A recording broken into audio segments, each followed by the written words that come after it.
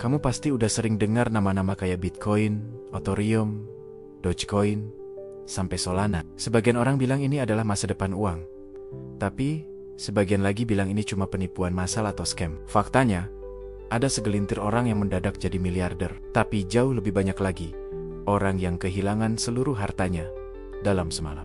Jadi, ini pertanyaan besarnya, apakah cryptocurrency itu beneran uang? Atau jangan-jangan cuma kasino digital yang risikonya selangit? Sebelum kamu mutusin buat ikutan, atau malah menjauh, kamu harus paham dulu gimana cara kerjanya yang sebenarnya. Bukan sekadar ikut-ikutan tren, atau cuma baca judul berita yang bombastis. Istilah cryptocurrency atau kripto emang kedengarannya rumit banget. Tapi idenya sebenarnya simple.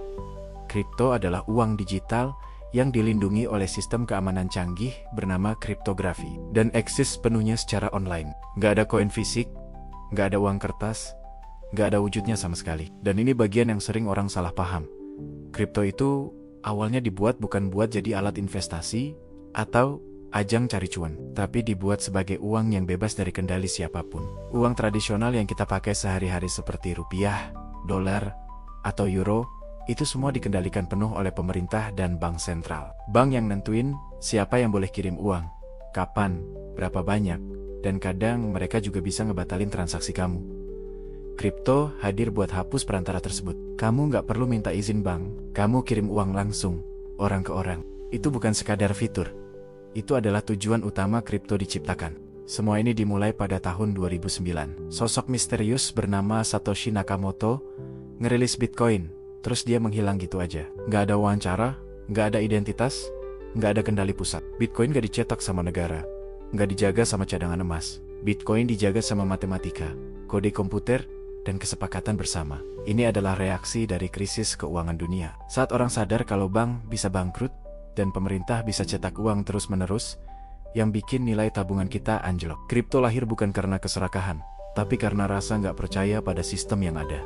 Nah, disinilah teknologi bernama blockchain masuk. Bayangkan, ada sebuah buku catatan publik. Setiap ada transaksi, dicatat di sana. Sekali ditulis, catatannya nggak akan pernah bisa dihapus atau diubah. Sekarang bayangin jutaan orang di seluruh dunia masing-masing pegang salinan buku catatan yang sama persis. Kalau ada satu orang yang mau curang, jutaan orang lainnya bakal langsung tahu saat itu juga. Buku catatan itulah yang namanya blockchain. Setiap transaksi jadi sejarah permanen. Nggak ada satu orang pun yang berkuasa. Nggak ada satu negara pun yang memilikinya. Inilah kenapa kripto nggak butuh bank buat verifikasi. Sistemnya memverifikasi dirinya sendiri. Terus, siapa yang jagain sistem ini? Jawabannya adalah para miners atau penambang. Mereka bukan orang yang bawa cangkul buat menambang, tapi komputer-komputer raksasa yang saling balapan buat mecahin soal matematika yang super sulit. Siapa yang berhasil mecahin paling cepat, dia bakal dapat hadiah berupa koin kripto baru. Proses ini namanya mining atau menambang, dan prosesnya mahal, kompetitif, serta makan listrik yang gede banget. Makanya, pabrik tambang Bitcoin itu lebih mirip pabrik industri daripada cuman sekadar laptop biasa. Sekarang kita ngomongin soal duit. Kalau kamu beli Bitcoin pas harganya masih 5 juta rupiah dan jual pas harganya tembus 1 miliar, hidup kamu pasti berubah total. Kamu menang banyak. Tapi kalau kamu belinya pas lagi di puncak, kamu mungkin cuma bisa bengong ngelihat 65% uang kamu hilang dalam hitungan bulan. Kripto nggak bergerak kayak saham perusahaan, nggak juga kayak emas. Kripto digerakkan sama spekulasi, berita media, rasa takut, dan keserakahan. Harganya nggak cuma turun, tapi bisa hancur lebur, lalu kadang tiba-tiba meledak naik lagi. Itulah kenapa kripto menciptakan banyak legenda orang kaya baru, tapi juga banyak cerita horor orang yang jatuh miskin. Kripto emang nawarin kebebasan. Gak ada kontrol dari bank, akses global, transaksi 24 jam non-stop. Tapi kebebasan itu ada harganya.